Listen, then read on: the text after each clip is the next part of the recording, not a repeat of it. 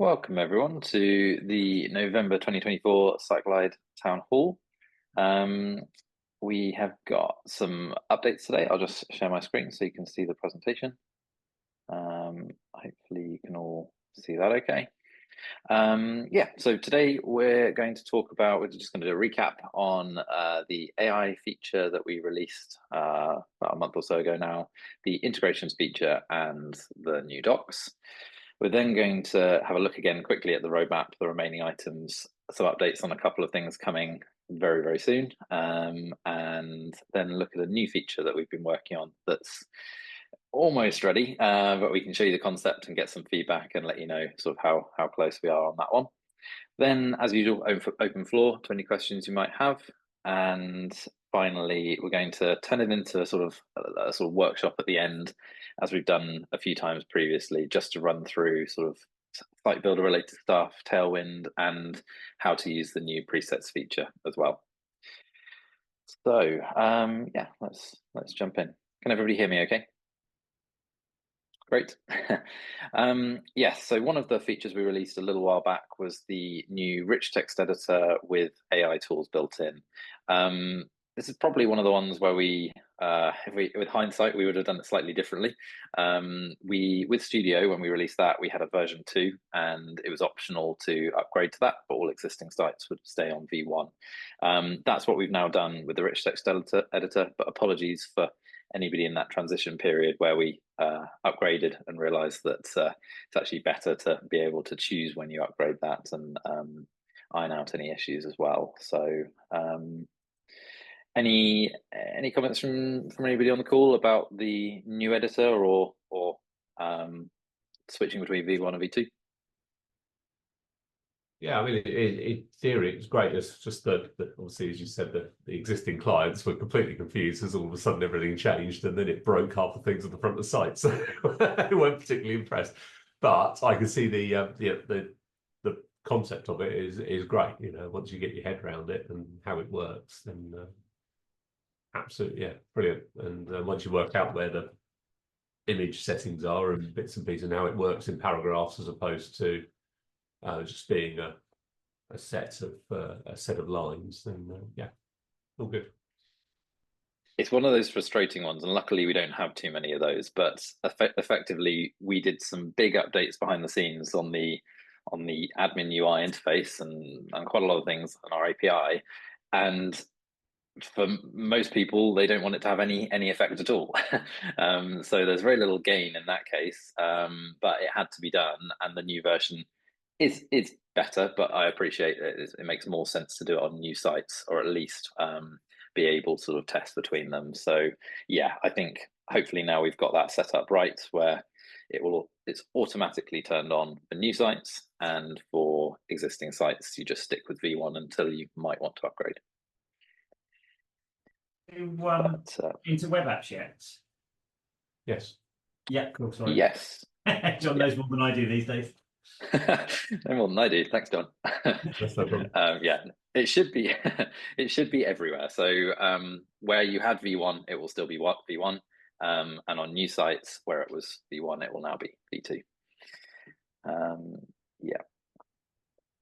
Good. Okay. Yeah. Obviously, any feedback as you start to use V2 on new sites, do let us know. But we've had some really positive feedback on the AI side of things. Obviously, AI is a big talking point and revolution at the moment in some ways, but you have to use it in the right way. So I think it's really useful for sort of writing out content or improving some content. Also, the translation feature is pretty useful as well. So do have a play around with it when you get a chance. Hi Rox, thanks for joining. Hope you're well. Just running through the most recent updates. So that was the AI tool within the rich text editor. And then the other big one was automations v2. So you'll see a new UI now within automations. For anybody that doesn't know, automations is sort of connected to things like forms, web apps, modules. It's how you set up workflows, things like email notifications, autoresponders, and there's now a new feature for integrations. So you can connect up directly to all sorts of external third-party tools like Zapier, effectively, but within the product. So Google Sheets as the example there, Slack, MailChimp, whatever it might be. Any sort of further feedback here or any questions? Is that attached to forms yet? It isn't quite. We're very, very close, but I know it's The the one most useful thing, bit. it's a great, it's absolutely fantastic, but all of our sites use forms. We don't use front end web apps apart from a couple of front end web app forms we don't use. Admin, so it's got to be. The admin is got to be on forms, because otherwise we can't enter out from orders or contact forms or newsletter sign-ups or anything else that we would need to send data out with. Please help. Okay. I mean, as always, roadmap is based on most urgent, most requested, most popular, that kind of stuff. If we'll have a look at the roadmap in a minute, but if I was to say, should it come ahead of, I mean, I'll explain, but we've done the product discount codes, specific discount codes on products as a back-end feature. We're just working on the front end of that now, and that'll be out very soon. So I can't put it ahead of that one because we're already done on it. But let's say custom fields on categories. Would you say it's worth getting forms working before those kind of features? Yes. Yeah, I think it is. Yeah. Definitely more custom fields and categories. That's actually really good to know, because obviously we release a big feature, we've spent a lot of time on it, and it's hard to know how useful it is and whether people are going to value it. But I totally appreciate it's not useful if you can't use it on the thing you need it for. You know, we've got all the vote up things on the on the roadmap. On the roadmap. Thank you. I just wonder when you've got like 6 things that you're planning to do in the next 6 months or whatever, whether it's worth just going out to everybody and saying, right, you've got three ticks. Where are your 3 ticks going? And just seeing which one's more relevant at that point in time, because it does change for us as well. Kind of some things that were majorly urgent, we've got to work around, and they're no longer as urgent, and so on and so forth. So I just wonder. Yes, the roadmap is great, and yes, we've got the scoring on the roadmap, but quite often it might not be the most important thing for people at that point in time, and actually, you know, if you'd put, the AI feature out there versus a lot of the other things, well, would it have been the most important? I'm not sure it would have been, because we've got fundamental issues that need to get sorted before that. But it may have been. But I just wonder if that might be a thing to do. Right, these are the next 6 things on our roadmap. Let's put them in order with a just see what the community wants the most at that point in time. So this, basically, we've been showing this screen for a little while now in the last couple of sessions. So yeah, if we actually in July and then October, we had sort of said, can we get an update on the priority of these? And you guys had a chance to go, no, let's shift that one up or down. But do you think that would be the easiest way of doing it? Yeah, I mean, we could do that, or say just give everybody 3 ticks and see what at that point in time comes up as the highest thing. Because it doesn't mean the other things aren't important, but it does mean that might be just a way of doing it. Very ask to the community. And I mean, things like the custom fields on attributes, for example, is still important. Is it as important as discount codes on specific products categories? Probably. Is it as important as the site builder update? Probably. So you're doing this, doing a lot of that.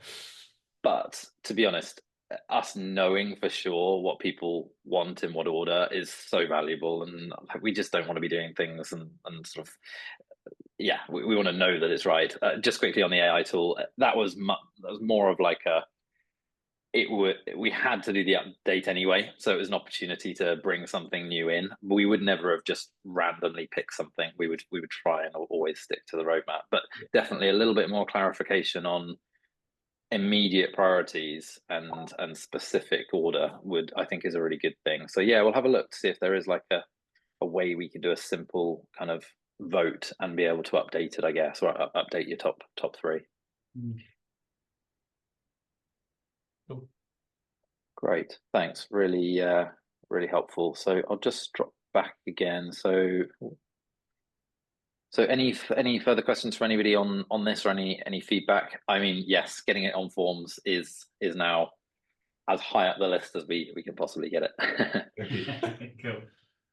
Yeah, that will be the real game changer at that Yeah. point with those. Can I just, is there a make integration on there yet, or Make, or Right. I don't think that would be, because it's essentially an alternative. Is it not? Like, Does is that- it like Zapier? yeah, absolutely, yeah. It's just a So but it's not the end of the world. this We've is got that here. It's this is more for like an alternative that's more integrative and integrated and more native. So for when this isn't appropriate, I think that's when you'd switch to something like Zapier and Make. We Yeah. haven't done Make directly, and I don't think we would unless there was a real need to beyond this and Zapier. yeah, no, that's fine. I think things like SyncSpider you guys use as well, Yeah. so I guess you can use them all on your own, but obviously let us know if there's something that's needed on our end. Yeah, absolutely. Yeah, I mean there will be things that crop up. I think I've already put one on for a medical platform that we're going to need to connect to. So Yeah, called Semble, and I think something else came up the other day. I need to check whether there's an integration already, whether I need to put one on as a thing. Things like that, though, Yeah. they're not commonly used things. They're not everybody's. Slack is a industry wide, isn't it? Whereas Symbol is Yeah. very much and used by a niche of a niche kind of thing. So we'll just have to do a direct into that one. But, Yes, I mean that is possible. Yeah. I'm trying to make Yeah, it as possible for us, Nick. Yeah, I know. A touch of realism, though. Yeah, absolutely. Yeah. I think if it's helpful, we'll try and focus on integrations that, as you say, are more mainstream, but also really tie into the product really nicely. So like a reason to have it in the UI versus just using Zapier. There'll be definitely some use cases for that. Yeah, I mean things like Google Sheets, obviously, absolutely, and obviously you've done a lead connector for us, which is great. We get a lot of those, and obviously links into all the mainstream sort of CRMs and bits pieces, which obviously everyone uses. Yeah. Great. Yeah, it's good to hear that, because we never know whether how useful something is, but it's great to hear that once we get forms in there that it's a bit of a game changer. It is great because it means that the client then doesn't have to then, if they've got a premium app and they have to go to Zapier, then they have to pay extra to get a connection in, and they're like, well, why am I paying more when I'm already paying you this anyway? Why does it not do it? And it just sidesteps a whole conversation that you don't need to have, so which is good. Yeah, great. Good to hear. Anybody else just before we move on? Could you just run through a couple of examples of what you're using this for? Because it's something that I've always thought about, but I've never had a use case for it. But it would be good to, if you talk through, especially the form process there. Is that basically meaning capturing stuff from users that you then send to documents or whatever, or other systems like signups or whatever? It's just to help me understand what it's used for. Yeah, I don't have a demo ready for that, but I'll see if I can quickly show you. These are all standard modules. I haven't got one right now. I'll explain it and then we'll come back at the end and have a look at it. But effectively, currently it's only on web apps and modules, and obviously extending it to forms is really powerful, and then things like e-commerce and CRM specifically. But effectively, at the moment, there's only triggers. So Siteglide triggers, such as a web app item or module item being created, updated, deleted. Soon there will be front end item being created. And that's where the forms come in effectively. Once we've done that endpoint of a form being filled in or an item being created, you'll then be able to use that as a trigger to go off to third parties. So as an example, somebody fills in a form, you want to subscribe, they've ticked a box, you want to subscribe them to MailChimp, you would come into here, click new integration, you would click form item create, whatever it would be, and then you'd select MailChimp from the drop down, and very quickly with just a bit of SSO, single sign-on, hook it up to your client's MailChimp account, and then do some custom settings of what data you'd like to send over, that kind of stuff. And then that applies for HubSpot and all the other tools that are on there. There's probably about, well, I'd like to say around 50 at the moment, and obviously we can expand that as needed. Yeah, cool. Thanks.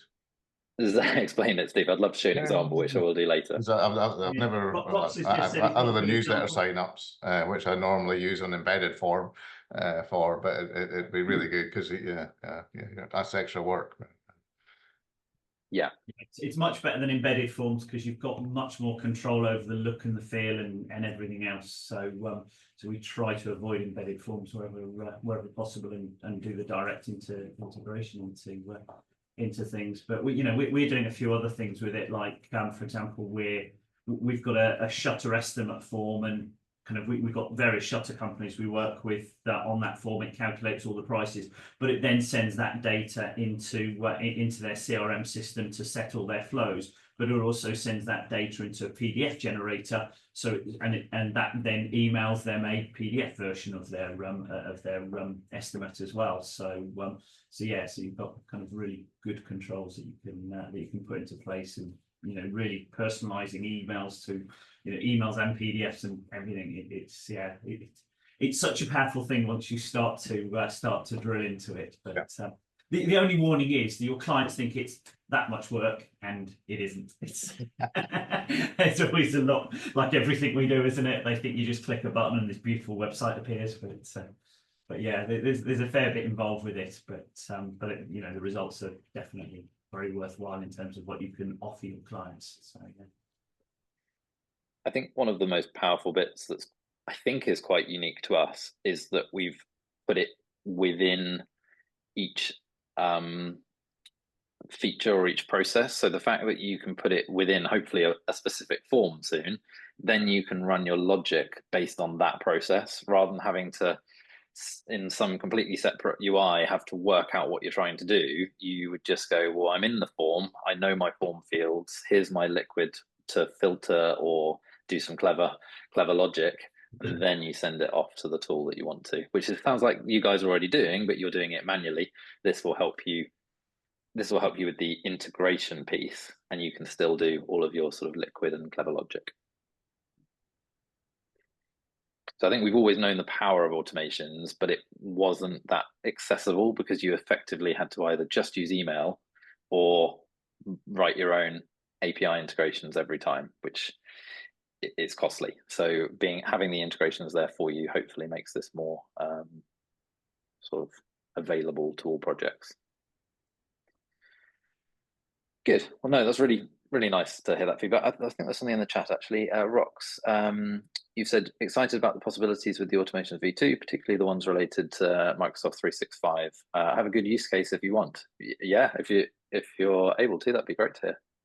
Yeah, okay. So if you've got an e-commerce site, you could be adding products or say approving a product, and then using the AI components ultimately do a social post or something like that about the product being added to the site. In the same way, like more a marketing site, a blog post that then is summarized and put into social media. That's exactly why we put it on web apps and modules first. Well, one of the reasons why, because we thought there'd be a lot of use cases within item create or item update. I know that you guys as well, Nick and John, you often do things with like status updates and sort of trigger things based on that kind of logic. So yeah, Rox, I think there's so many things you can do with it hooked up to data, and that's what I was trying to explain of the kind of use cases where you've got a workflow, an automated step that you want to set up. You can now do it with third parties as well, very easily. Cool. Right. Well, yeah, I was going to quickly recap on some of these new features, but it's actually really good to discuss some of this and get some feedback. Really useful. Thank you.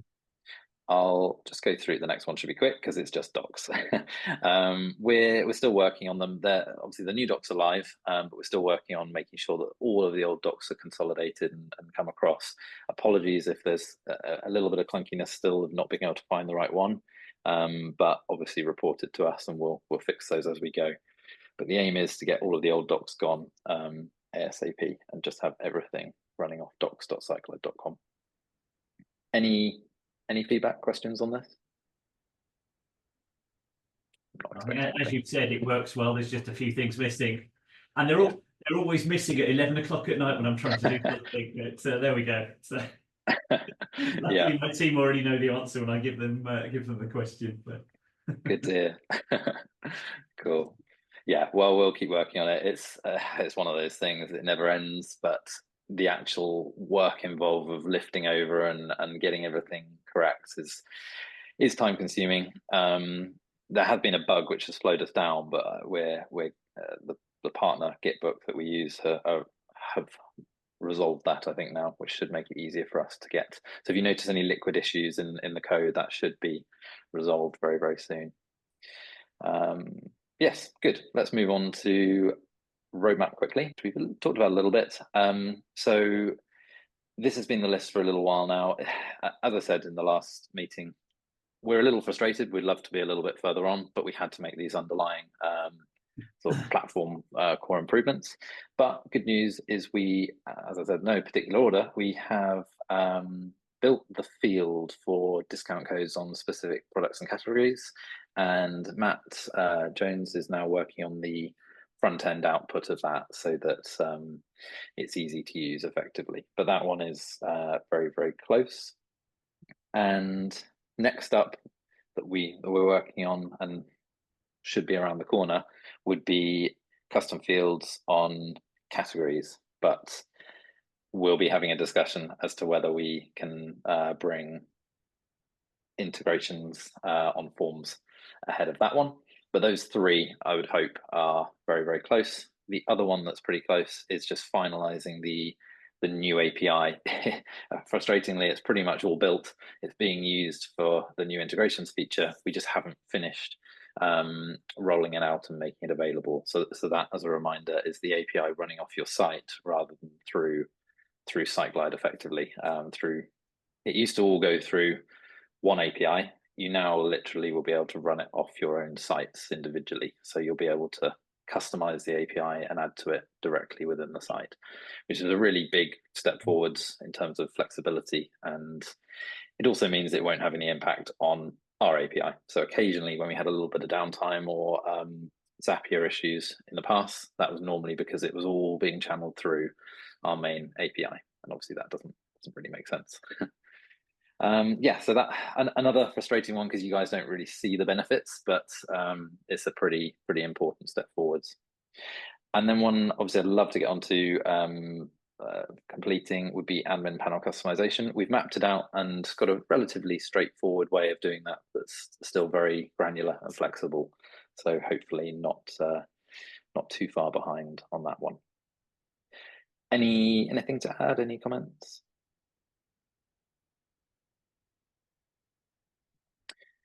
We'll let you know as soon as discount codes on specific products is available. Might be something that needs a bit of testing, and I don't know how we're going to release it yet, but we'll keep you updated. It's pretty close. Good. Okay. Well, jumping on to something that I said we'd never do anything that we haven't sort of put through the roadmap and discussed with you, but this is one advancement that is part of Site Builder and just generally our ethos of making Siteglide easier to use, quicker to build sites, and just generally a best practice way of doing things. And that's something called presets. So to summarize it, it's when I've had discussions with any of you guys in the past, some people prefer working on templates because they like that they come with a sort of predefined look and feel, and some people are warming or have switched over to the concept of the design system and the kind of Flowbyte route running off Tailwind, where you've got all of these components and modular capabilities where you can piece everything together. far better for sort of best practice code.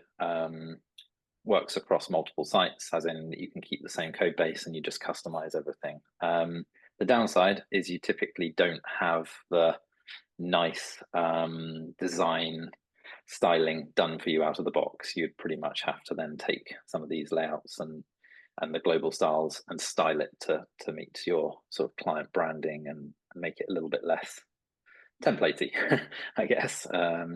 So what we've done is we've come up with something that kind of gives you the best of both worlds, and it also, quite importantly, is the basis for, it's the kind of foundational infrastructure that we need to be able to grow the marketplace and grow the template capabilities effectively. So in the marketplace in Siteglide, we have site templates. That's where you can do a one-click install of something that's pre-built. The problem, if we didn't do something like presets, is people would just, or we or whoever would just throw together a design, and it would end up being a bit like a template library, a bit like Theme Forest or something like that, where everything's disjointed, doesn't really work together, and before you know it, you're starting with one, the customer likes this bit of that one, and then you're kind of sort of hacking them together, and you end up with something that potentially would have been quicker to do from scratch. But it depends. Everyone's got different workflows. So the idea here is that there's something called a preset for each. We're struggling with the terminology, but theme or style or design, and then they're interchangeable, so you can effectively swap out one preset for another, but most importantly you can also work with the existing design system library and all of the Flowbyte modular components. And the benefit of that is obviously they're pre-built into the system, so you've got functionality baked in. So you've got things like tables and web app layouts and module layouts, all of those kind of things pre-built functionality wise. You can now have the styling, custom styling applied on top as a theme, if you like. I've got to be careful with the naming because we're calling them presets. The reason for that is Tailwind calls them presets, and this is specifically for Tailwind at the moment. It would work a little bit differently if you were using Bootstrap, but it works very, very nicely with Tailwind. So a little bit more of an explanation, and then I'll try and do a quick demo. Unfortunately, we're very, very close with it, but not quite there. So you'll hear more from us in the next week or so, and you'll be able to play about with it. But to give it a little bit more of an explanation, the way it works is, for those familiar with Tailwind, I'm going to do a little bit of workshop after this if anybody wants to stay on, is you have a sort of Tailwind config file where you can set up some sort of global styling effectively. So fonts, colors, maybe spacing, those kind of things that help give the overall site its style and design. So presets are something that you can load into that config, and it uses everything that's been preset effectively. You don't write it into the config, and that means that you can swap them out for another design pretty easily. You can just go preset 1 to preset 2, and Tailwind will load it once you compile. And as I said, the most important piece of that is that you can then. Sorry, did somebody have a question? So yeah, so you've got new under Site Manager. It now says Studio Variables. Is that for presets then? I'm assuming. No, that's quite old. I think that's actually so old that it probably needs to go. Why have I only just noticed it then? Wow. Okay. Let's have a quick look. Has it moved? I just noticed it in the Site Manager for the first time. Oh, you haven't got it. What are you looking at? So I'm on our site and I've got Code Editor and Studio Variables has popped up. It might be because it's an older site. Is it? Yeah. Because it's what, sorry? Is it an older site? Yeah, it's our original website success site. Yeah, number 1. Probably in the top few of your ones. Yeah. So that is quite old. Fair enough. It just suddenly appeared again, and I was like, "Wow, okay." Probably because I've only just looked at our site for the odd occasion. So. That was when we had we built our own library called Studio, and not to confuse things, Studio is now the editor. But effectively, we realized that maintaining our own library was a lot of work, and we've left that to the experts like Flowbyte. So So no, this is completely new. You wouldn't see it in the UI at the moment other than in Site Builder, which I'll show you in a second. That's fine. I'll ignore that then. It looks terrible anyway. That's why no one's touched it for 4 years. Yeah. The idea with there was that you could, in a UI, control your colors and things, but it's not quite as simple as that, especially with Tailwind.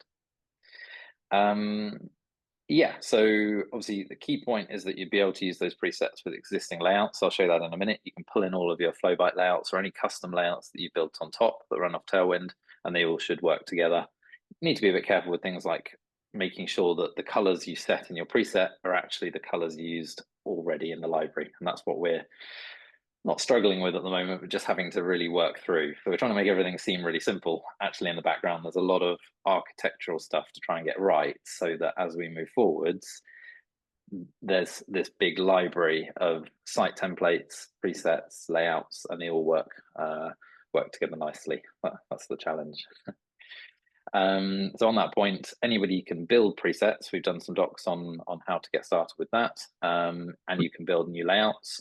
So let's say you find, I'll show you in a second, but let's say that you've designed something or you found a design that you like. You might want to build that as a preset for the globals. You might want to build the layouts and the sections that are specific to that template or that theme. And then you might want to create it as a site template available in the marketplace, either maybe just for you guys to use or to offer to the community. Apologies, there's a few elements there, but that it's important that we get that architecture right so that it can expand the right way. Yeah, and finally, obviously the benefits of that is that you can get started with one click, but you've still got this whole library of extra layouts and components to use, which you wouldn't have if you went and got a theme forest template. And obviously, if you go and get a theme forest template, you've also got to then set it up within the site. You've got to do all your dynamic layouts and then customization on top. So this should save a huge amount of time as we get going with it. Let me show you a couple of examples. Any questions before I do? Or I think the example will probably be a good place to start. So if I go to Figma quickly, there are plenty of like Figma design files that are open source and free to use. So for now, we've grabbed a few of those, but we'll be doing our own designs, and you can work with any kind of design really. You could do your own design in Figma, or you could find other files that you like, or you could start straight from some Tailwind templates, as long as you check the licensing, obviously, as well. So as an example, this is one called Gardening that we've worked with. It's fairly similar to the Flowbite layout, so not that different, but we just wanted to show some sort of changes like use of double colors, bigger fonts, background, what do you call it? Drop shadow. Thank you. And just generally block colors as well, just some little changes. And then jumping to this one quickly, it's obviously quite different. And there's a sort of effects that you might build in, like parallax, to make this all move nicely. But then actually, when you get down to here, it's a pretty normal layout that would be interchangeable with some of the Flowbite ones. So this has actually been a bit of a challenge, and in a good way. It's helped to identify all the things that would crop up, and I'll show you this one in code in a second. And then just a couple more to give you an idea. This would be an e-commerce layout or style preset, let's say. And then finally, one more for sort of e-learning courses, that kind of stuff. So they're all pretty different in terms of the styling and in terms of the layouts. So the challenge here is to build the design and the styling, the layouts, and then be able to package it up as a site as well.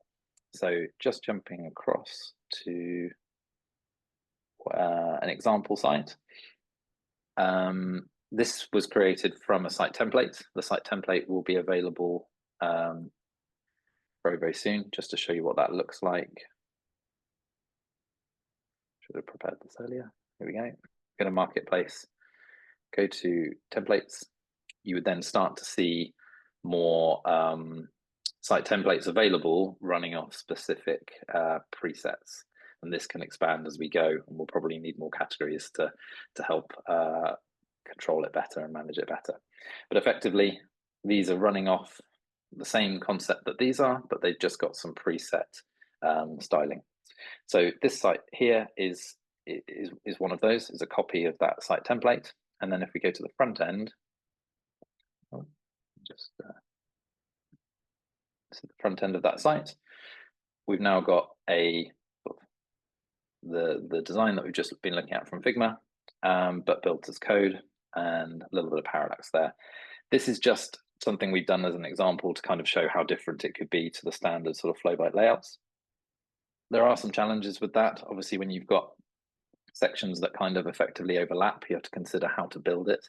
But generally, it's these preset styles on top of Tailwind and Flowbyte with custom layouts, if that makes sense. So jumping into the site itself, we go into this landing page and go into Studio.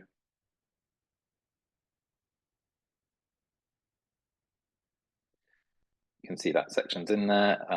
It doesn't load the background on in Studio, I don't think. And then if we just go to here, you'll see that that's now available as a layout. So if we'd done a blank page, which I think we'll do quickly just to prove the point.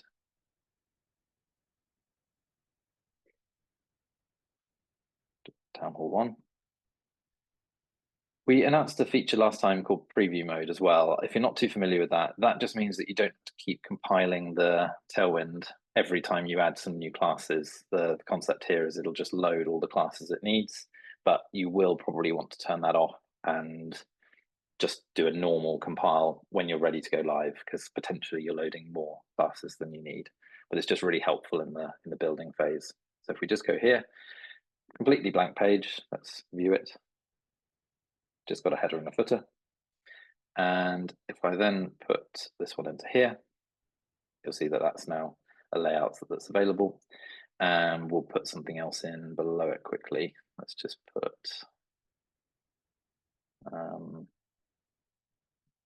what's the team one? So this is a good example. If you're not familiar with all of this, there's the full library of layouts. So this allows you to start, what did I do there? Start working with other layouts from the design system alongside these new layouts that match the preset theme. And then if we just refresh that, you've got the existing layout in there plus the new layout. Any questions so far? What does it look like on mobile? Should be good. Let me just not do my page. Let's look at the original. We've been working across both. Just 1 second.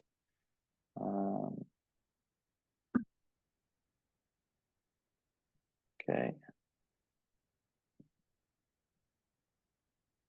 What we've done here, can you see my screen okay, hopefully? With this one, I believe we've just done it so the text fades out towards the bottom. This is just a demo example, but you can essentially build it however you like. The presets and Siteglide have nothing to do with your coding. This is just Tailwind and Flowbyte, effectively, how you decide to build it out. Yes, it should all be set up for mobile because it should use the defaults of Tailwind and Flowbyte. And different breakpoints as well. Kevin, who's just joined the team recently, he's been working on this alongside Matt, and yeah, done a great job on the front end side of things, making it look good and work responsibly. Yeah, any other questions? So I'll quickly show another theme. So we've done 2 at the moment. We've done the mountains theme, which is this one, and a gardening theme, which I showed you in Figma. If I just go to the gardening site, again, a site template available in the marketplace, but bear with us for another few days until we're sort of fully ready to release those. But again, we can go to the landing page that comes with this site template. And this is matching, if we just switch back to Figma to give you an idea, this is matching this design. Imagery is different, but effectively the design is the same. So it's quite similar to Flowbyte, but there's just those kind of subtle differences that have been made to the general styling in the preset that makes it look different.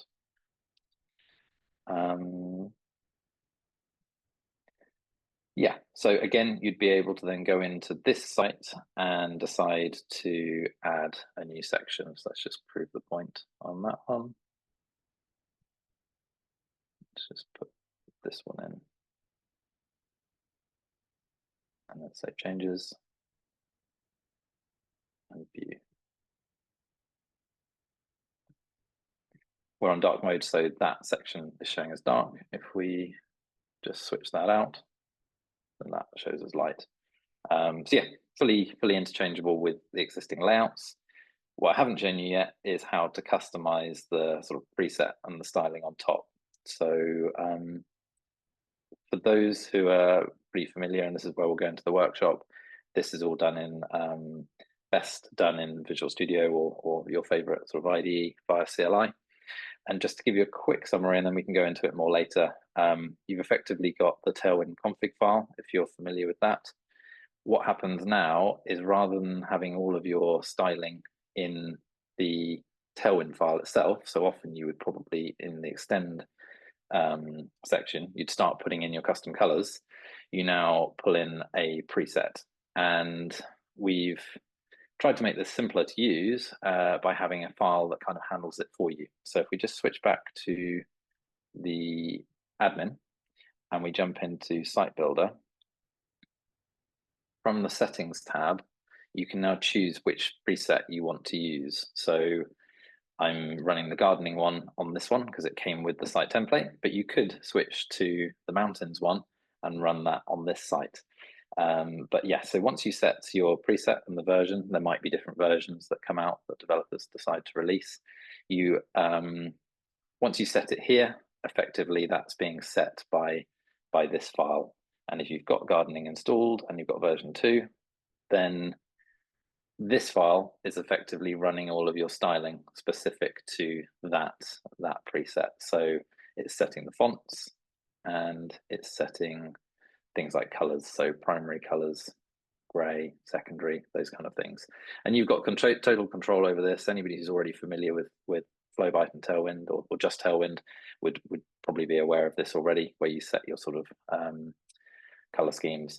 You're just doing it in a way more structured way. That means you can swap these out if you want to.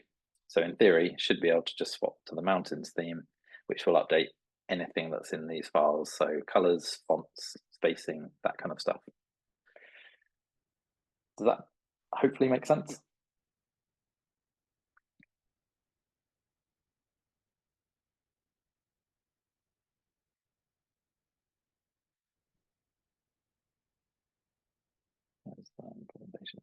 So I won't go into too much more technical detail right now. I think we'll do that at sort of after town hall officially. We'll carry it on as a workshop because I appreciate some people prefer not to go deep into the code side of things. So any sort of questions on presets as a whole, or should we sort of move on to sort of open floor? Any other questions? Oh, sorry. Good. Luke, if you just jump back to the editor for perhaps that gardening, the gardening one. Yeah. So I'm just thinking this from a client use point of view. Does the editor, does it? So you've lifted in that section into the studio editor. Does it take the styling at the studio editor page? So because you've got a page template set, Yeah. it should take the styling of that page template. So if you had a Bootstrap one, it would be Bootstrap. This is the Tailwind Flowbyte one with the presets defined. So when you go into here and you pull in just a normal Flowbyte layout, it's got Flowbyte, Tailwind, and the presets that have been defined effectively. Right, so it's doing the styling as it's put on the page effectively then, which is I yeah, think it's I think it's important not to like it's not as it's not always, for the client's point of view, it's not always going to be fully styled when they drag it into Studio. If some classes are already being used elsewhere on the site, they will appear on Studio. So if we've already got this button color somewhere else, it will work. You might find that if you bring in a studio layout with a slightly different button color, that it will look blue, that it will fall back to the default. And this is just because Tailwind is trying to build the smallest, fastest CSS file possible. And there might be a situation where it hasn't included a class yet to save on performance. It doesn't think you're using it yet. And it won't show for clients. So we know our long-term plan is to provide some way for clients to rebuild Tailwind themselves based on your settings. But at the moment, it will try and look as good as it can. But especially with preview mode on. But if you want it to look perfect, if you're looking for that pixel perfect exact matching how it should look, you should be rebuilding Tailwind through CLI. So we've still got that sort of workflow requirement at the moment where the client would need to build something, pass it to you to rebuild before it goes live. But they should be able to make it look pretty good with preview mode. Yeah, fine. Thank you. Yeah, I've just built out a page. I've actually grabbed a section from the gardening theme and mixed it in with just a standard Flowbyte one as well. So it should all be interchangeable. As I say, we'll keep working through any things to make it more and more sort of seamless. This is a good example where the buttons have pulled over the green because those classes were already used. But if you look at the title, something about that title has not got the font currently. Oh, maybe it has. Or it's not got the color. It's got the color. But that might be two things. It might be that the class it's using isn't present yet, or it might just be that it's not using a class which sets the color at all, which is more likely. Yeah. So it's just using a black. Yeah. Oh yeah, a grey here. Yeah. That's the challenge for us, really, is to try and match everything. all what already exists with everything that you do on top. And we're trying to find the best balance that makes sense. Yeah.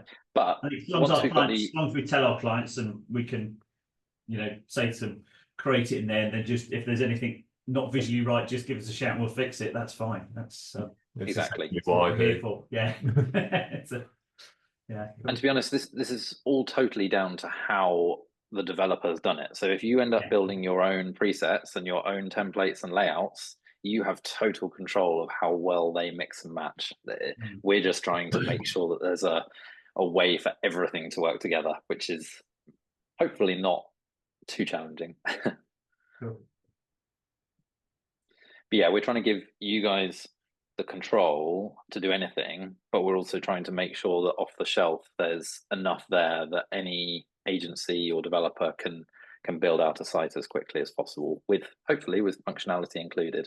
And obviously that's where Site Builder comes in. I haven't actually tested this, but if you're working with dynamic content, you would come into the layouts area and you would go, well, I want to use that team section, team 1, and copy that code and go back into my page, which I think was this one.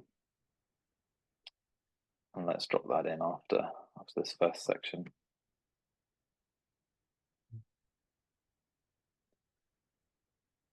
And then reload. I've got no items and I don't have the menu installed. So yeah. But yes, exactly. The dynamic content would work as well. You can see it's styled it there. One other thing to mention, we'll probably on our next town hall or in Discord, we'll start discussing with you ideas we've got on making all of this more seamless. So at the moment you've seen, I've just had to go away to Site Builder, go to a UI to find a layout, install it, come back to the page and put it in. Our plan is to integrate all of that functionality within Toolbox and within Studio. So in theory, you should be able to click insert blog or module and pick your layout at this point and create the dynamic layout at that point. And the same within Studio. If you've got anything built, you should be able to then insert it here. We'll probably make it a UI button on the left-hand side because it's more structure related where you add a new section. But we're trying to make this whole process of building out pages and sites more intuitive, quicker, and more seamless, I guess, depending on your setup. Quite a bit that we've covered with all of this. So, but yes, obviously we're really factoring in how your clients would use it versus how you guys use it. So soon there will also be more control over this, what people would see in terms of the layouts available, and you being able to control what you want your clients to be able to do. In the chat, what do we got? Oh, thanks, Rox. Sorry, I don't know when you sent that, but yeah, good to see you. Thanks for joining. Rox had to run off. So yeah, any other questions on presets?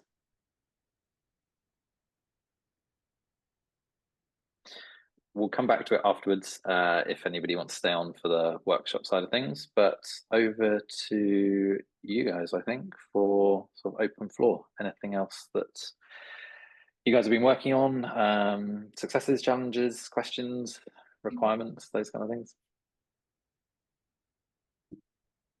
And admittedly, I'm not actually looked at this. I just thought I'd ask: can we limit a user just to have what? Because I think at the moment you can limit people from an admin point of view to go modules, web apps, etc. Can we limit it down to say we will just want them to be able to do the events, or we just want them to be able to do?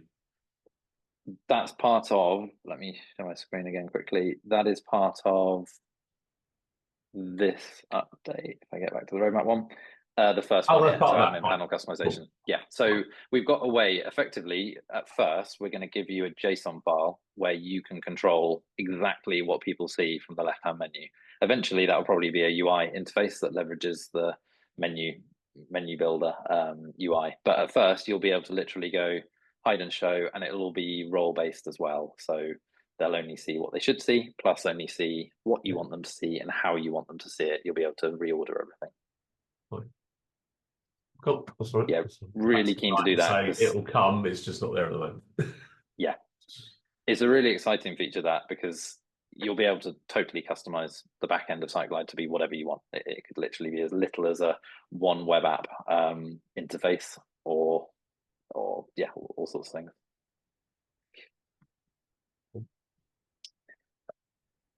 Cool. Any other questions?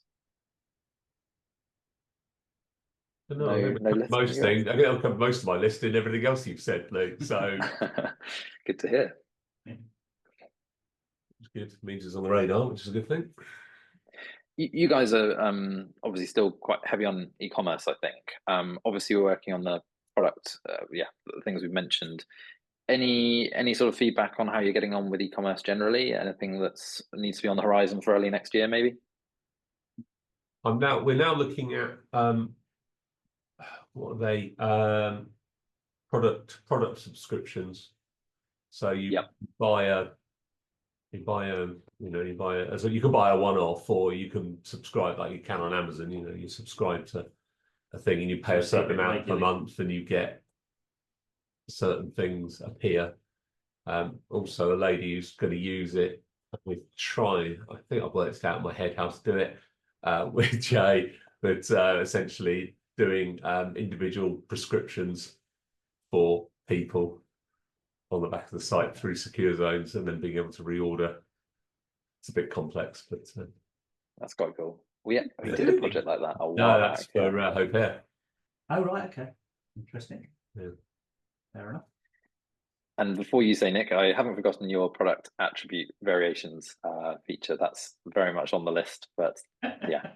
So is that being able to create product attributes, as in three-dimensional product attributes, as in size and color.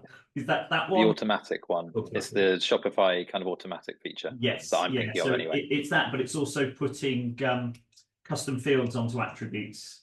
Yeah. The two elements. So, for example, we've got somebody who wants to sell zip ties, and he sells 100 zip ties, but the weight of each bundle is different, so we can't do the shipping for him when it's an attribute effectively. So we've had to create those as products, which is not ideal. And we still haven't gone down the product grouping line of things. We still haven't spent any time on that, so we haven't got that kind of way out of it. So Right. so yeah, if we could have custom fields on those, that would be. I think that was on the roadmap anyway. It was an add It Yeah. was. to everywhere else. But- Yeah, it's those two things that kind of largely solves our current e-commerce issues that we've got. So yeah. But yeah, I mean, Stripe Element seems to be good for pulling through different payment gateways automatically. Right. The other week, but that was due to the fact that we didn't realise it had a maximum Spend payment, on it, the yeah. maximum spend on the gateway, which is weird. Yeah. But there we go. All those products were above it, so which doesn't happen very often, but just happened to be on that one. Yeah. But yeah, that seems to work really well for putting in stuff, and obviously saves you guys from having to develop specific gateways for various bits and pieces. It's yeah, very helpful. Yeah, that's great. Yeah, I think your point about custom fields on attributes is a great example of where that specific feedback is really important, because we could spend ages putting it everywhere, and actually the key places it's needed is what we should be focusing on. So I'll make sure we're clear. Let me just make a note of that.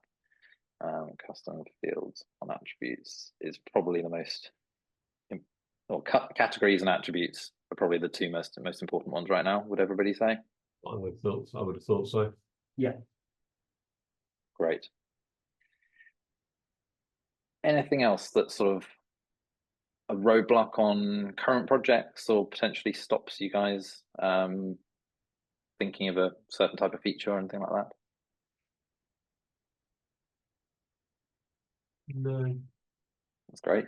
I think so. Well, there's bound to be something, but Oh yeah. something. Yeah, there's always I something mean, to work around, but yeah, they're usually a bit kind of one-offish, aren't they? Yeah, They're stuff we need to do in-house rather than that we wouldn't expect Siteglide to do. So yeah, I mean, I think that is the best way that we make it possible for you guys to do it. But obviously, there are some things that we definitely still want to make sort of easier or more out of the box as well. So it's just other way priorities and working out what to do when. But I really like the sort of top three idea. I'll really work on that so that you guys can be really clear on what you think the most important things are. yeah, no, that'd be great. Good. Okay. Well, it's 10 o'clock, so quite good timing, I guess.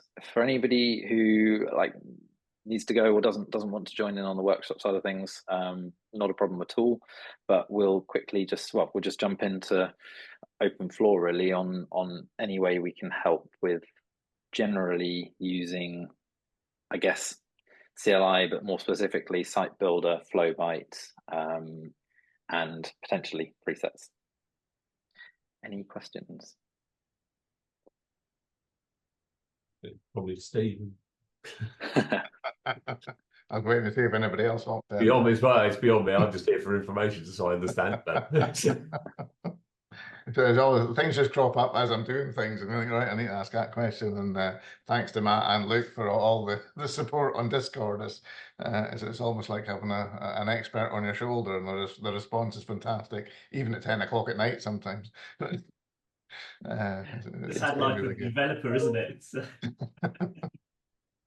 yeah, I mean, it's getting my head round Tailwind and the CSS and even simple things like how do you turn dark mode off to get it out of the way, and then changing the global. And I think you've gone through this a few times, but I still can't get my head round changing the global settings for Tailwind so it flows throughout the site.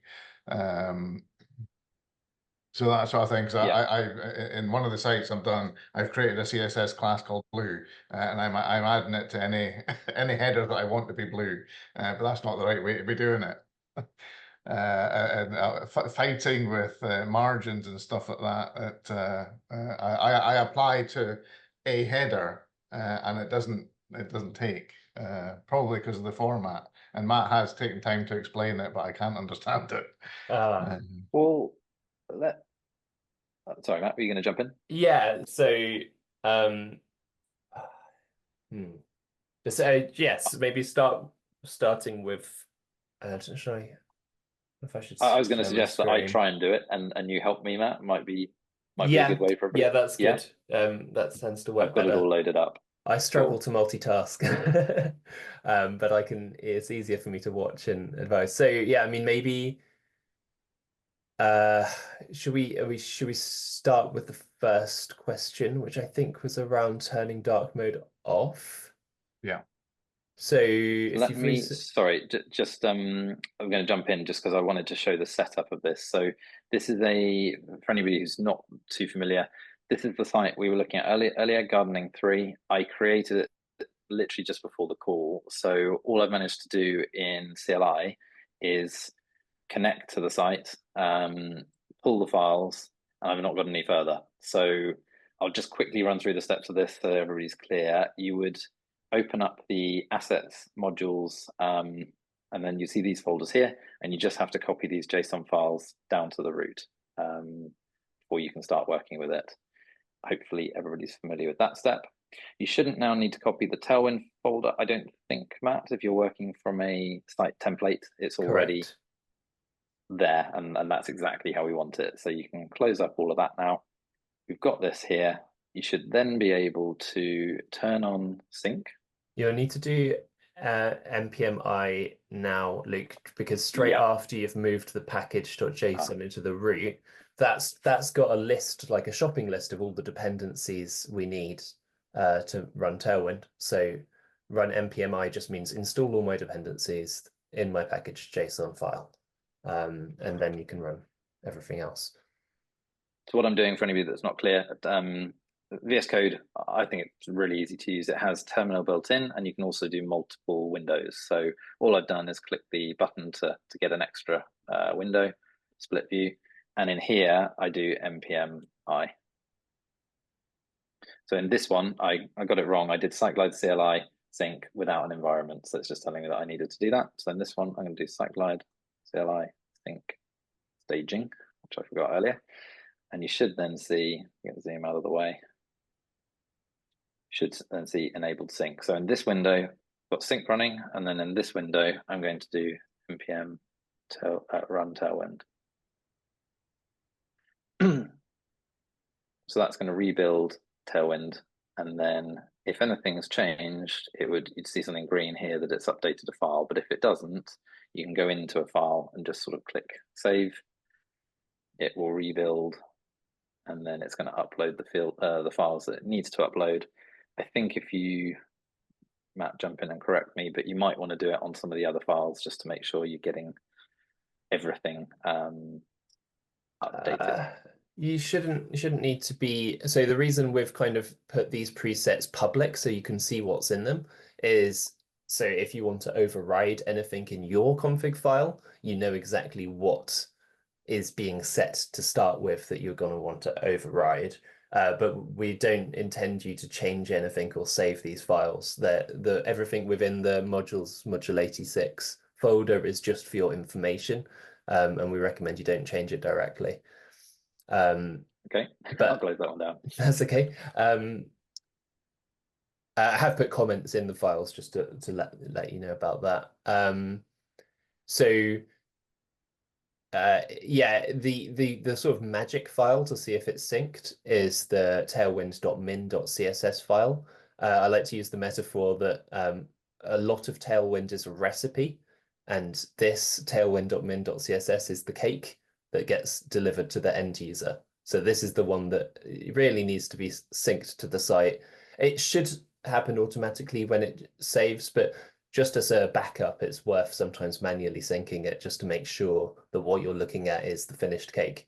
And this one you wouldn't want to make modifications directly within this either. You want to change the recipe and get a better cake at the end. So yeah, so I think we're sort of set up now and ready I to think so. work on something. Did we want to start on removing dark mode? Because that's not entirely a Tailwind issue, but it is partially.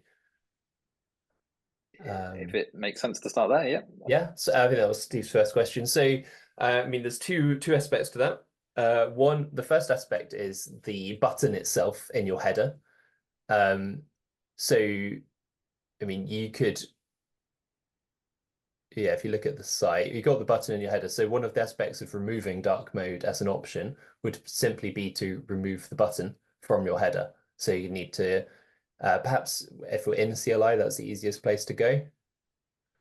To go to views, partials, layouts. As soon as you're in views, partials, layouts, that's what you will see in admin's code editor. Code editor starts at layouts. CLI just shows you a little bit higher up as well. Module 2, there's your header. And it will be in the wrapper because that's like, it's not a repeat, it's not from the menu itself. It's a button there's just a one-off button. So there it is. We could just comment it out, and that would go a long way towards removing it. Also, there is the JavaScript that powers it, and sort of powers the ability to switch between them. So in your page template, you would have some JavaScript to comment out. But if you sort of search for dark mode throughout the site, like if you want to use the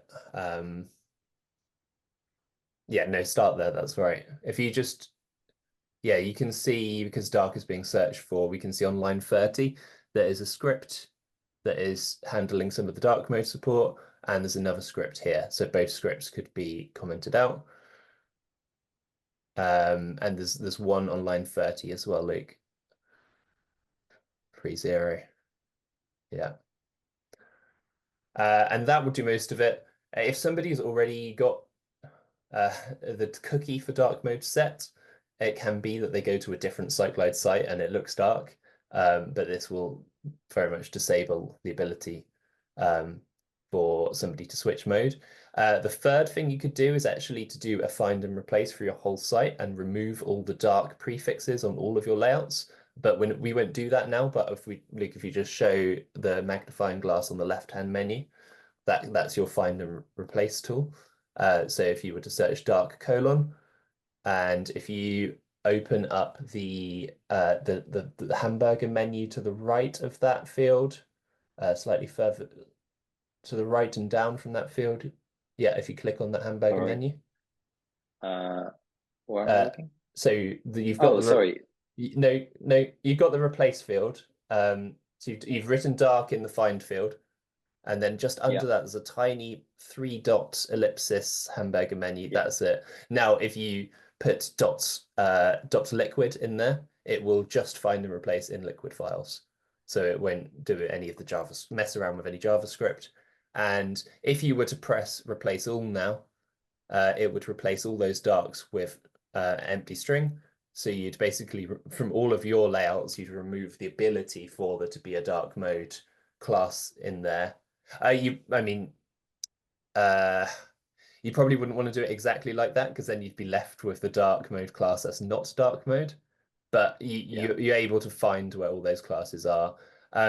All our layouts will have dark mode classes in them, but if you're not using dark mode, and as you work through them, you can start to strip those dark colon classes out and just delete them. But there's no need to do so. The steps we've done already will already have removed the support. So those can sit there. And you can remove they can be removed later. If you want, I can give you the regex for removing them completely with a find and replace. Maybe that's something that would be good to add to the docs. Does that help, Steve? Yeah. I mean, you can So look back at the recording as well. Which element of that removed the cookies? Because I think that's where I've come across thinking I've removed the button from the header, and then I load the site again. I go, I think.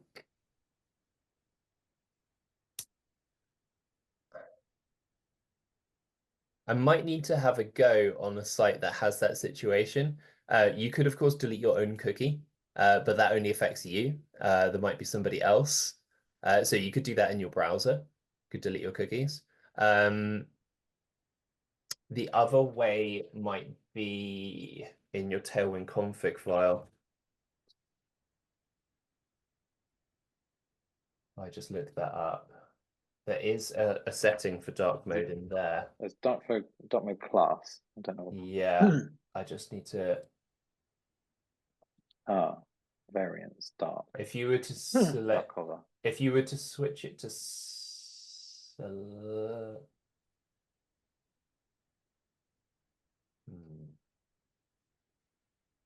there might be something we can switch there.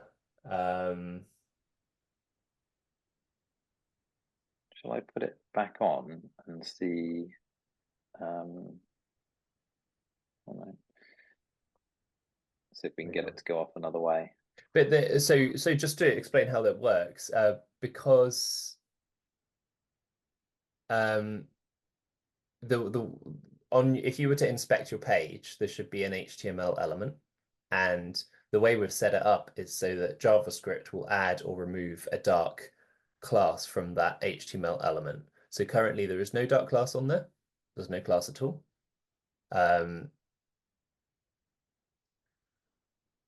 Yeah, so that's what the JavaScript is doing. It's removing and adding that class. So really, having disabled all those scripts should have done the trick already.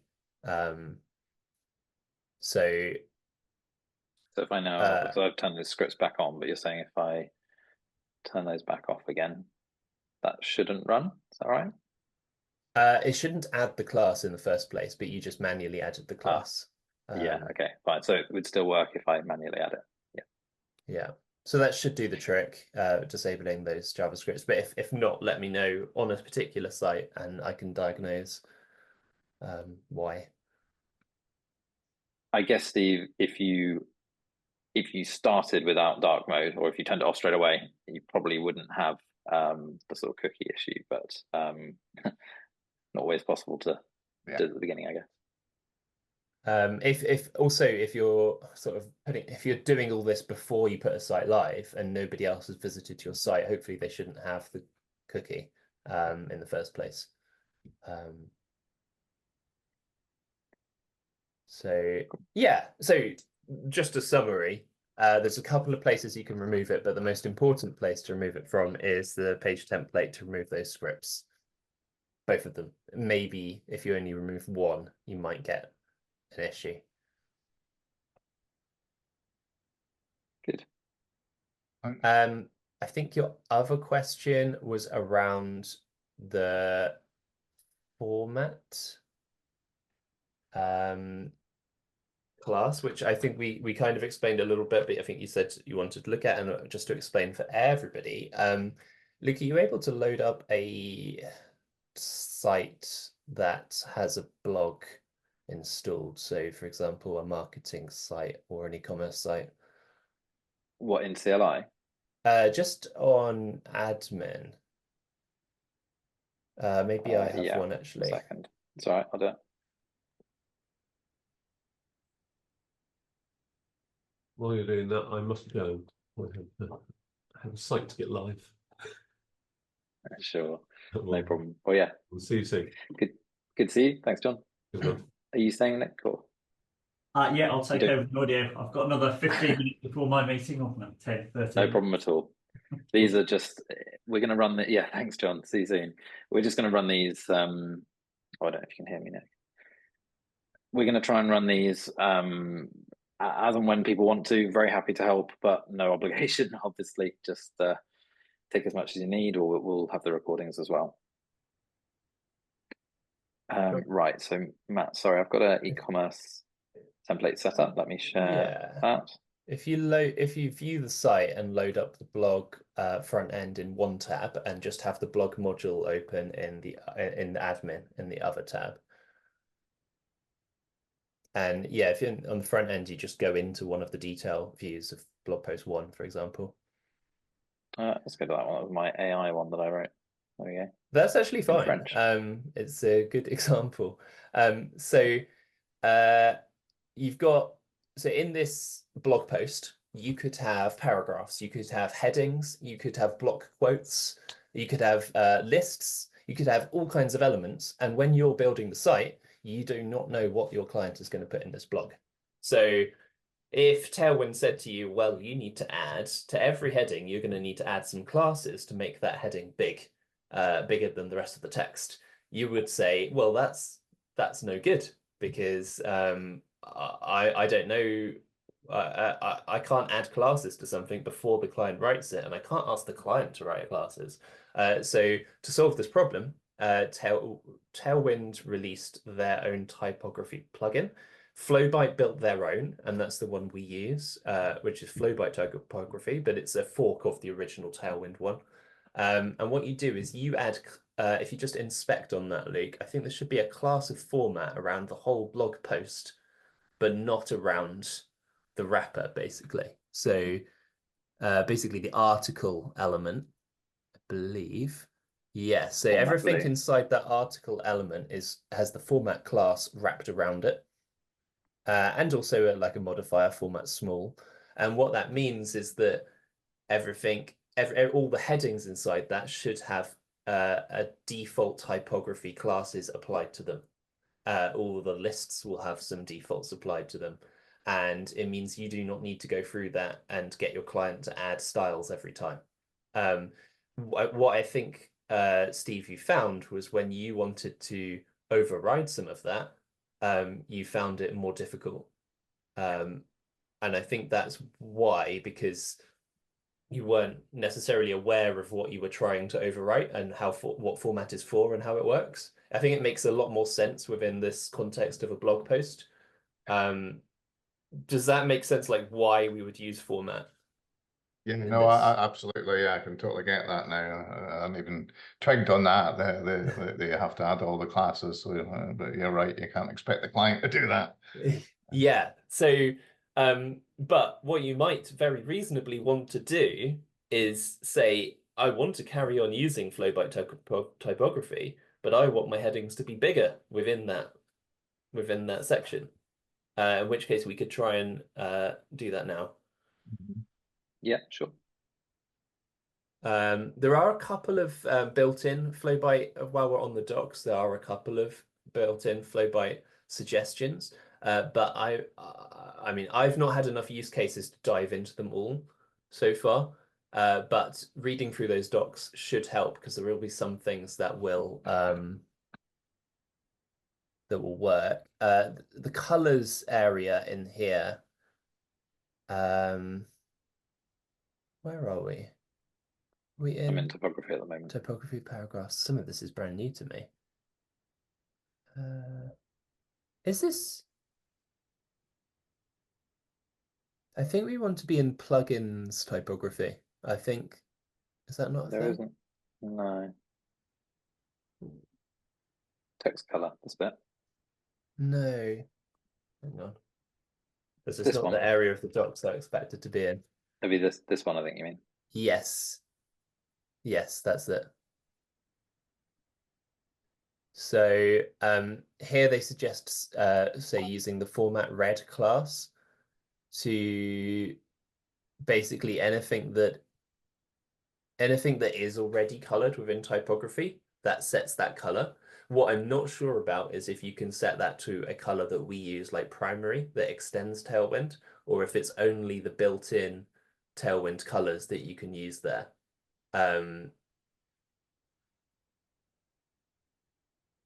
Extending the typography plugin. Yeah, so that would be something to follow, potentially follow that doc for coloring things. I've not had the use case to dive into that yet, but we could have a go at it now. Steve, is that something you want to do you think, or do you think we've No, answered? there's probably a couple of steps back. Yeah. Really, I think in the use case, what I put on the page was the page was last updated and I wanted that just to be right almost directly below the header rather than a gap. Okay. So that was where the MB or the MT0 I was trying to do. But Yeah, that so isn't a one-off situation for one paragraph. right. So I mean, in that situation, the best thing probably would be to like, if you were say in a blog post, you could wrap the format around the whole article, including the title. But if you wanted to have a bit more control about a field that you know is there, like a title, you could actually put the format lower down and the title outside the format block. And then you've got full control over the title, the date, all the fields that you want to put on the page, and just put format around the bit that the end user is sorry, that the client is in control of. And I think that's probably the best way to solve that issue. And then you don't even need to mess about with CSS at all. Don't know if it's use format, but there's even this where you can have format on everything and then have an area that's not format. Yes. I did try the not format, but whether I did it that way. So that's basically, so in the article, it's the format's applying all bar that div there. Yeah. Yeah. Okay. Did that work? I think I put it on the paragraph itself that I wanted to, but it should have maybe It's been probably your heading. Sounds yeah. like your heading had the padding and you wanted to get rid of the margin. It might be that you need to put not format on a div around that heading. Yeah. Yeah. I think that's how this example is using it. It's not putting it Yeah, on the yeah, heading. there's no reason for that div other than the not format, I Yeah. guess. Hmm. Yeah, That's what okay. I'd guess.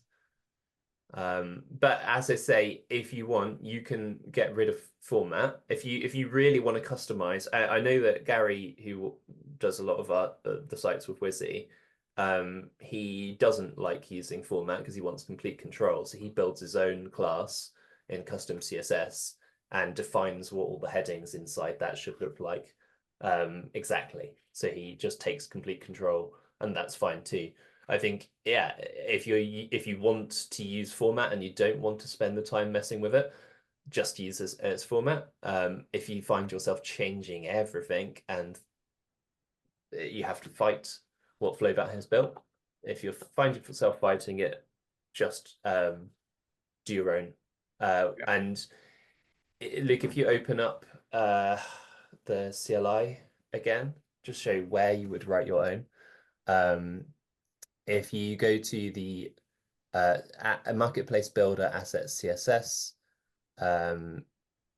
source tailwind.css. So this is the source tailwind. It's like the sort of recipe. We've got an example here in the site template that styles the recover password button, which needs a little bit of custom styling in this way because you don't have access to those elements. You've got 3 layers here, and the layers just allow Tailwind to organize custom CSS. So if you are changing things like H1, it's best to put it in base. But I think in this case, because we might want a class that wraps around client entered CSS, you'd probably want to put it.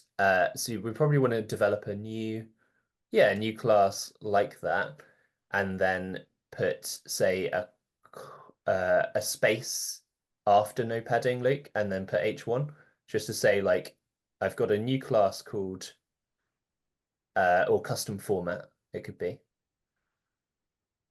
and then H1 inside it. Yeah.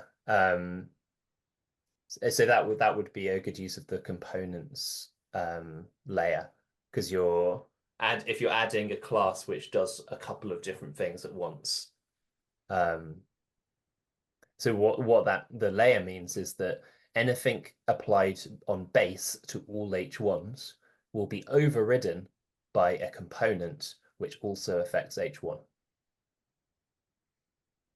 So that would override that. Is that right? So yeah, so that means all H1s will have a margin bottom of 10 pixels unless they're wrapped inside no MB, which will overwrite them. And the other thing that will overwrite them is if any H1s have another utility class added to them, like MB20. So base comes first, then components overwrites it, and utilities overrides that. Of course, with something like MB20, a lot of the utilities already exist in Tailwind. So before you do any of this, check if the utility already exists, and Where do we use do that? the Tailwind. So you go to the Tailwind docs and just search. If you're trying to do margin, just search. So Tailwind docs. Yeah. Tailwind CSS documentation. And is this the newest version? If you just check the version in the top right, it should be on version 3. You've gone to the old docs somehow through Google. Yeah, search for margin, and you'll be able to find which ones already exist. So the idea is to write as little custom CSS as possible. You want to start by doing an existing utility, and if it doesn't exist yet, you can either use an arbitrary square brackets with the amount you want, or you can create some custom CSS as a second resort. So in that case, if I wanted margin bottom to be 0, I would remove the MB20 and leave the... Yeah, because we put a custom CSS on there for margin bottom 0, that would work. But ideally, there is already an MB0 class in this list. So we could use that most of the time. I think in your example, it was just that because you also had format on there, format was sort of fighting with the MB0. So you'd need to remove format and take control over it. Yeah. Or modify format. I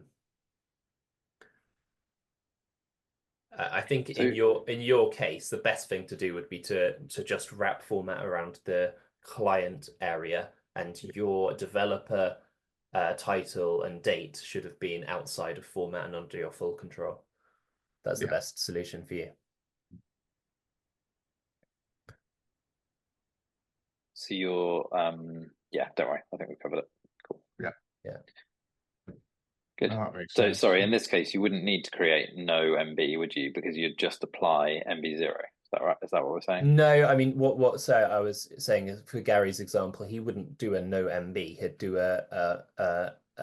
like a security first format or something that's like saying, this is my version of format for this site, and I'm going to define exactly what format does from scratch instead of using Flowbyte's format.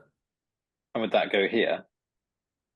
Yeah, I need to look into nested CSS, but yeah, it would go there, but be a couple of different lines. Yeah. Yeah. Okay. Cool. Yeah. If you forget the comments, sorry, if you forget which layer is which, I've those comments copied from the Tailwind docs, just as a reminder for what goes in which. It doesn't matter if you put the wrong thing in the wrong one. It's just so that Tailwind can organize priorities.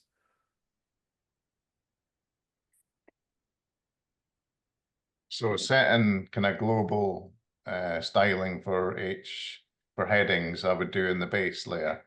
Yes. I think it's quite nice because in some of my older CSS files, I have to just Control F and look for where I've done H1, and some of them are at the top, some of them are at the bottom.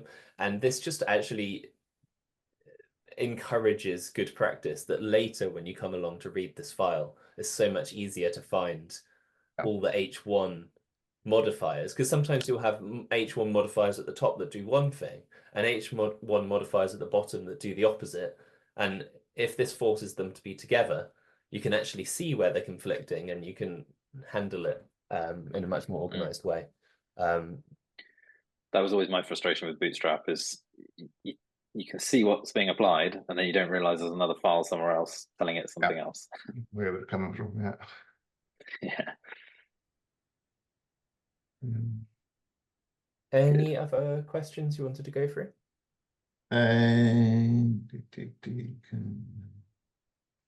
Could you just, and this is not Tailwind or anything, could you just explain how staging sites work? Because I just use, or the environment, I just use staging. If I had a live, what's in my portal, do I effectively have two sites? Is that what you're meaning, or? So No. normally you start with a staging site which doesn't cost you anything. You build your site on it. I mean, it doesn't cost you anything to like host it. All the usage, like database usage, email usage, API call usage is all free. While you're building your site. And when you're ready to add your domains, that's when you convert the entire site from staging to production. And at that moment that it converts, you start to pay for usage based on the pricing structure. So it means that if you take 5 years to build a site, you don't have to pay for the site for those 5 years until it's ready to go live to people and add your domain. That's the main difference. And the secondary difference is with emails. So if you are on a staging site and you send an email to 1 million people, it doesn't go to those 1 million people. There's a little tab in the portal and you add your email address there, and all those 1 million emails will be redirected to you, but it will put in the subject line in brackets. Yeah, that's what test email, that's where you put the email address you want those emails to go to. It in brackets put who it would have gone to. So you can test, like, if you want the autoresponder to go to the person who submitted the form, it will put their email address in brackets so that you know that worked, but it won't actually send it to them. And that's quite useful for not like spamming your client when you're developing your site, not upsetting customers with broken emails before a new site goes live. Especially with your Drupal sites, you don't want the new version of a site to email the old customers before you switch over. So that staging is quite useful for that. So normally it would go straight from staging to production, one way at the end. But some sites, especially ones that we work on continuously over the years, we're always improving them. Big sites that you spend that have like a large budget, you might decide to copy that site to a staging site and have two sites running at the same time, one live, one staging. And usually with the help of GitHub to manage changes, we would try out a new feature on the staging site and then get it tested by our customer. And when they're happy with it, we push it live to the live site. So it's a slightly more professional way of doing things. There's less chance of breaking something when it's new, but it takes a little bit longer to manage. It requires a little bit more developer time to get the GitHub branches all set up and correct. So it really depends on the size of the project and the sensitivity of the site and things temporarily breaking for a few seconds versus always being smooth, whether we would do that. And yeah, I would recommend learning GitHub before trying to run a site on 2 instances at once. But having said that, if it's you probably could get by without GitHub. It just makes it a lot easier. Okay, To so when clarify, Steve. I'm developing a site and I call it staging and I connect to that, Mhm. so I'm just thinking of all the sites I've got live at the moment. When I put them live and connect the domain, I don't change the environment to production. Yeah, So You, after go live, you do need to go back to details and copy the new code to reconnect to the site, because technically it will be a new site with a new URL. It will have a production URL, so you'll need to redo the command at that stage.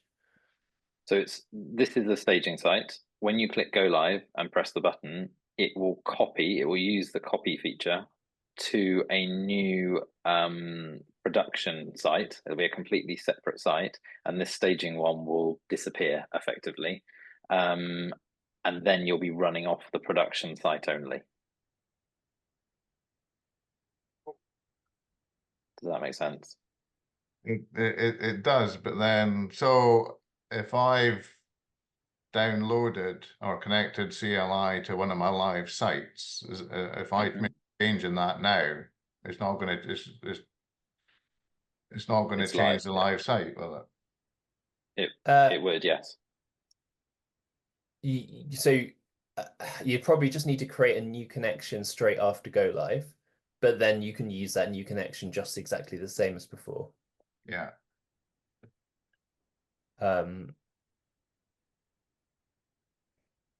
So the old staging, so after you've converted, the old staging site will hang around for a little bit as a backup behind the scenes. You won't have access to that, but we'll have it just in case.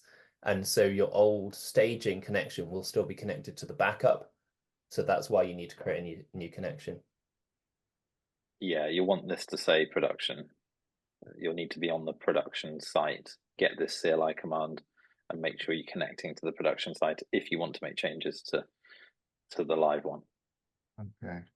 Is that in the go live documentation? Because I think I've followed that, and I've either stopped before that. It's not something I've thought of explaining, so probably not.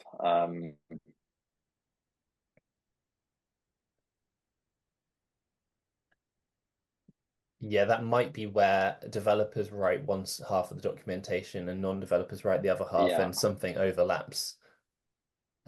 So yeah, we can add that. I don't even know where to put that. We'll have a think about that, Steve, because yeah, it's not. I think would put it in the go live process, because Yeah. I've gone through the go live, and I'm if it's there, then I know to update Exactly. CLI. If it's in Exactly. CLI, I might not, because it's going through that whole go live process to complete it. Because I would have been completely unaware. Yeah. Yeah. I agree with that. We should have a Yeah. step 4, step 5, and also one of the steps should be a SendGrid authentication. I've said Yes. before. Yeah. Well, I'll make notes of that now. Yeah, thanks, Steve. That's really helpful. It's difficult to think of everything, so it's really helpful. Yeah, no, it's something that's kind of I've just I've let it go, because I've never changed anything to production, because I thought I had to change physically, but technically I am doing that by going live, but it's kind of done Yes. for me. So I've not connected those two dots in that sense. So if I go on and Yeah. updated one of my live sites that's been live for a while, I'd be clueless. Yeah, you'll be wondering why nothing's changing. Yeah. But then I guess I would go and say, well, what is the connection? And I would notice it had been switched to production in the portal. Yeah. But again, I've been unaware of that, because it's a complete Yeah. new process for me. Yeah, no, we need to make that clear. So we'll explain staging to production and what happens on go live, and then we'll explain that you need to connect again via CLI. Yeah. Yeah. Good. Excellent. I think that everything other than my question on calling other web apps from in the detail view of a web app item. I don't know if I explained myself there, but basically I'm displaying one of the either actions that has that web app item has got the IDs of locations and the themes. So I want to display the names of those rather than the ID of that within the detail view, and I within the admin portal, I just dropped in the normal web app list, and it didn't seem to do anything.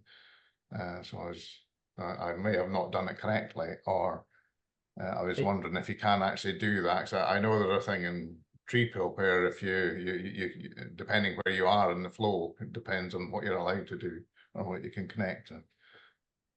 Are you able to share your screen, Steve, just so I can see where Yep. you don't. I know. I think we might still be recording, but I'll stop. I'll cut it upwards. Yeah.